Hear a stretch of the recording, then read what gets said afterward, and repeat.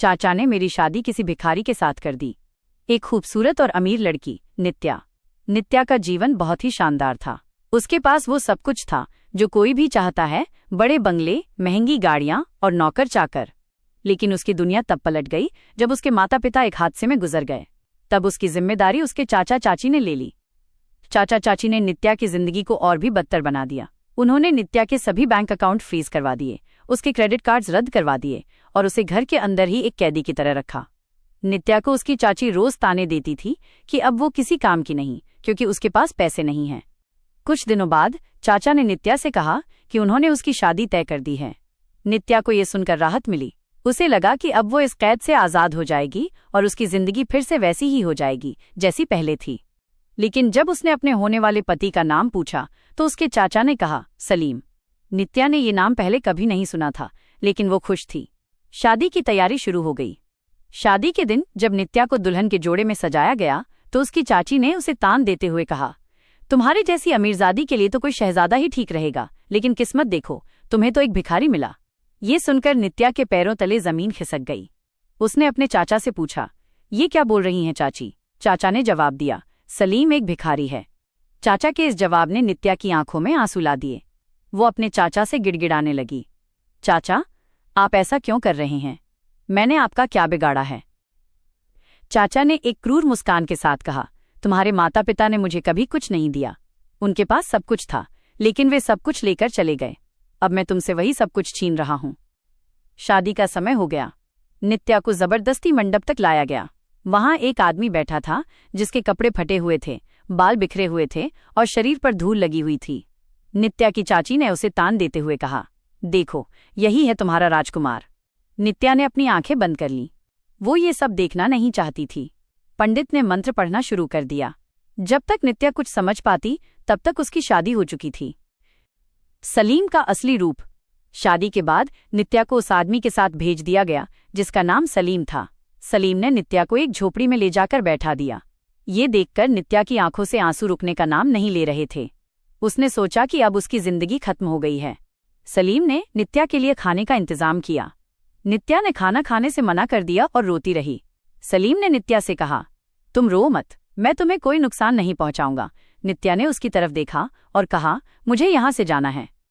सलीम ने कहा, तुम अभी नहीं जा सकती, लेकिन जब तुम चाहो तुम जा सकती हो।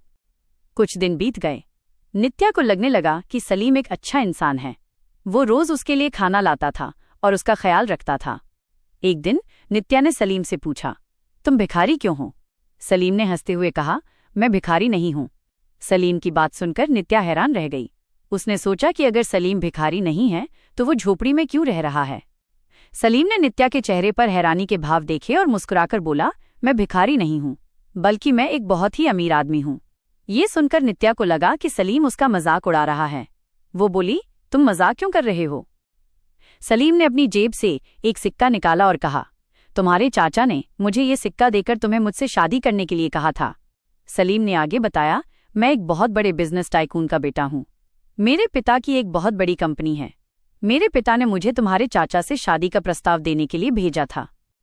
उसने आगे कहा, तुम्हारे चाचा ने मुझसे कहा कि तुम एक बहुत अच्छी लड़की हो और तुम्हारे माता पिता ने तुमसे प्यार किया था।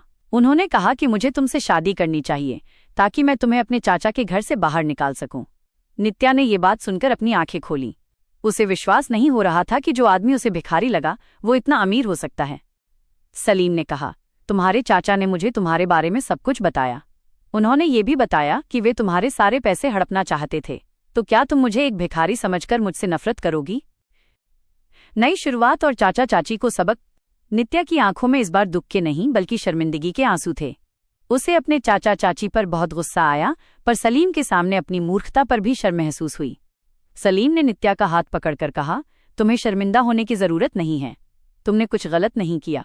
तुम्हारे चाचा ने तुम्हें धोखे में रखा था। सलीम ने बताया कि वो और उसका परिवार हमेशा से नित्या और उसके परिवार के सच्चे दोस्त थे। सलीम के पिता नित्या के पिता के सबसे अच्छे दोस्त थे और दोनों ने मिलकर एक बहुत बड़ी कंपनी खड़ी की थी। सलीम ने नित्या से कहा, मैं तुम्हारे चाचा के झांसे में नहीं आया। मैंने सिर्फ ये जानने के लिए भिखारी का रूप धारण किया था कि क्या तुम एक अच्छी इंसान हो या नहीं। तुम्हें देखकर मुझे लगा कि तुम एक अच्छी इंसान हो और तुम मुझसे प्यार करोगी अगर मैं भिखारी भी होता। तो क्या तुम मुझसे शादी करोगी? नित्या की आंखों से खुशी के आंसू बह रहे थे। उसने सलीम का हाथ थाम लिया और कहा, हाँ, मैं तुमसे शादी करूंगी, पर इस बार भिखारी के रूप में नहीं, बल्कि अपने सच्चे हमसफर के रूप में। सलीम ने नित्या के सिर पर हाथ रखा और कहा, मैं तुम्हारा हमसफर हूं, पर मैं सिर्फ तुम्हें चाहता हूं, तुम्हारे पैसे नहीं। सलीम नित्या को अपने घर ले गया, जो कि एक आलीशान महल था। नित्या हैरान रह गई। वहां सलीम के माता पिता थे, जो नित्या का बेसब्री से इंतजार कर रहे थे। सलीम के माता पिता ने नित्या को गले लगाया और कहा, तुम्हारे माता पिता के जाने के बाद हमें बहुत दुख हुआ था, लेकिन अब हमें खुशी है कि तुम हमारी बहू बनकर आई हो। सलीम ने नित्या से कहा, अब हमें अपने चाचा चाची को सबक सिखाना है। नित्या और सलीम ने मिलकर एक योजना बनाई। वे दोनों अपने चाचा चाची के घर गए। चाचा चाची उन्हें देखकर हैरान रह गए। चाचा ने कहा, तुम यहाँ क्या कर रही हो? तुम्हारे साथ ये कौन है? सलीम ने अपने चेहरे से धूल हटाई और कहा, मैं तुम्हारा दामाद सलीम। ये सुनकर चाचा चाची के होश उड़ गए। सलीम ने उन्हें बताया कि वो एक भिखारी नहीं है, बल्कि एक बहुत अमीर आदमी है। सलीम ने आगे कहा, तुम्हारे किए का तुम्हें अब अंजाम भुगतना होगा। सलीम ने अपने वकीलों और पुलिस को फोन करके बुलाया। पुलिस ने चाचा चाची को गिरफ्तार कर लिया। सलीम ने चाचा चाची से कहा, तुमने नित्या के साथ जो कुछ भी किया है उसकी सजा तुम्हें मिलेगी। अब तुम अपनी बाकी की जिंदगी जेल में बिताओगे। चाचा चाची पुलिस के सामने गिड़गिड़ाने लगे, लेकिन सलीम और नित्या ने उन्हें माफ नहीं किया। नित्या ने सलीम से कहा, तुमने मुझे एक नई जिंदगी दी है, मैं तुम्हें कभी नहीं भूलूंगी। सलीम ने कहा, यह सिर्फ एक नई शुरुआत है, हम दोनों मिलकर एक नई जिंदगी शुरू करेंगे। एक नेक जीवन और विरासत। नित्या और सलीम ने एक दूसरे से शादी कर ली। इस बार ये शादी उनकी अपनी मर्जी से हुई थी। शादी के बाद उन्होंने अपने माता पिता के नाम पर एक बड़ा चैरिटी फाउंडेशन खोला, जिसका नाम नित्या सलीम फाउंडेशन रखा। ये फाउंडेशन उन गरीब और अनाथ बच्चों की मदद करता था, जिन्हें परिवार का प्यार नहीं मिलता था। फाउंडेशन के जरिए नित्या और सलीम ने उन लोगों की मदद की, जिन्हें उनके माता पिता ने छोड़ दिया था। उन्होंने उन बच्चों को शिक्षा दी, उन्हें रहने के लिए घर दिया और एक अच्छा भविष्य दिया। उनकी कहानी एक मिसाल बन गई कि कैसे एक बुरे अनुभव को एक अच्छे अनुभव में बदला जा सकता है।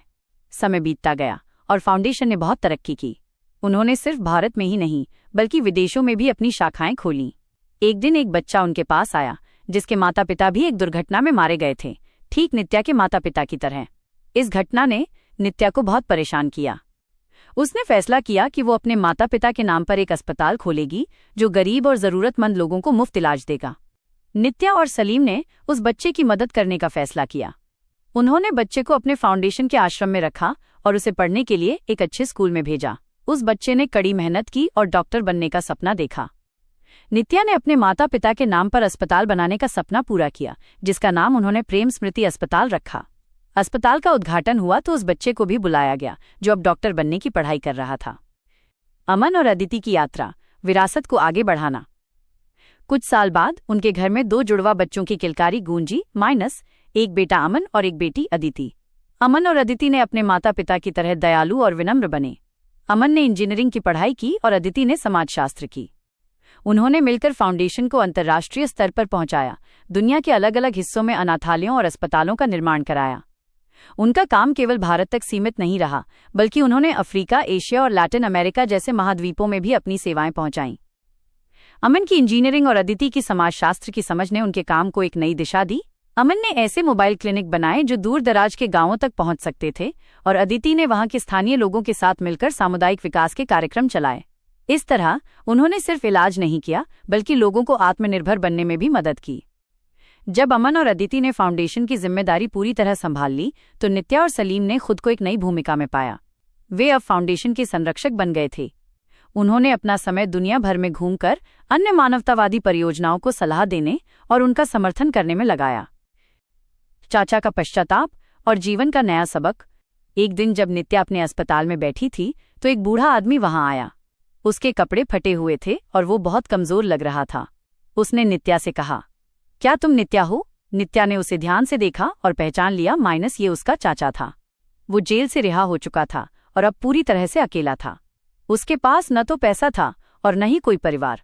वो नित्या के पास माफी मांगने आया था।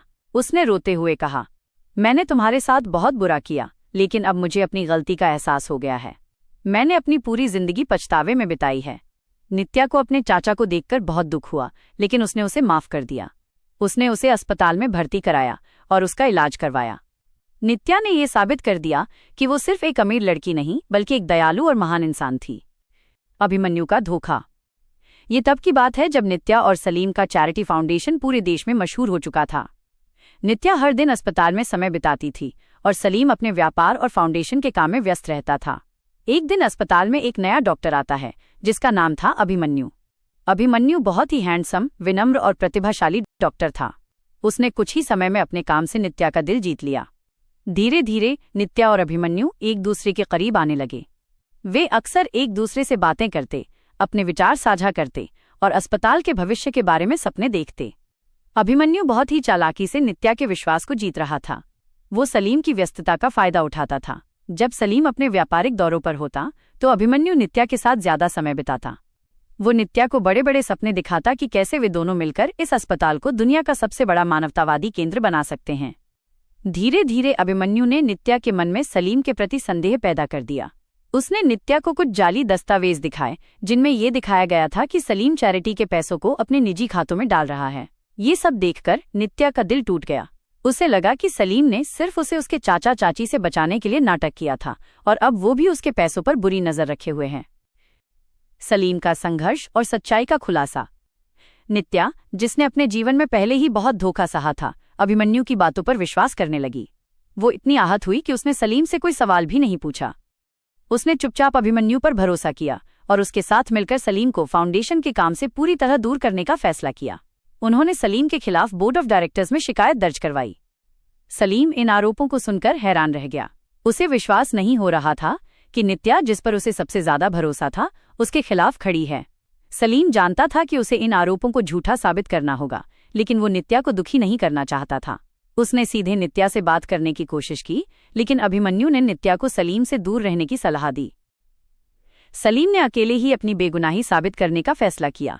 उसने अपने वकीलों से बात की और उन सभी दस्तावेजों और बैंक खातों की जांच शुरू की जिनका हवाला अभिमन्यु ने दिया था। सलीम ने पाया कि अभिमन्यु ने बड़ी चालाकी से कुछ लेनदेन को इस तरह से दिखाया था कि वे गलत लगें। सलीम ने यह भी पता लगाया कि अभिमन्यु का असली मकसद क्या था। अभिमन्यु ने पैसों की हेराफेरी के लिए कुछ शेल कंपनियां बनाई थीं और वो फाउंडेशन को आर्थिक रूप से कमजोर करके उस पर अपना नियंत्रण स्थापित करना चाहता था। सच्चाई की जीत और नित्या का पश्चाताप।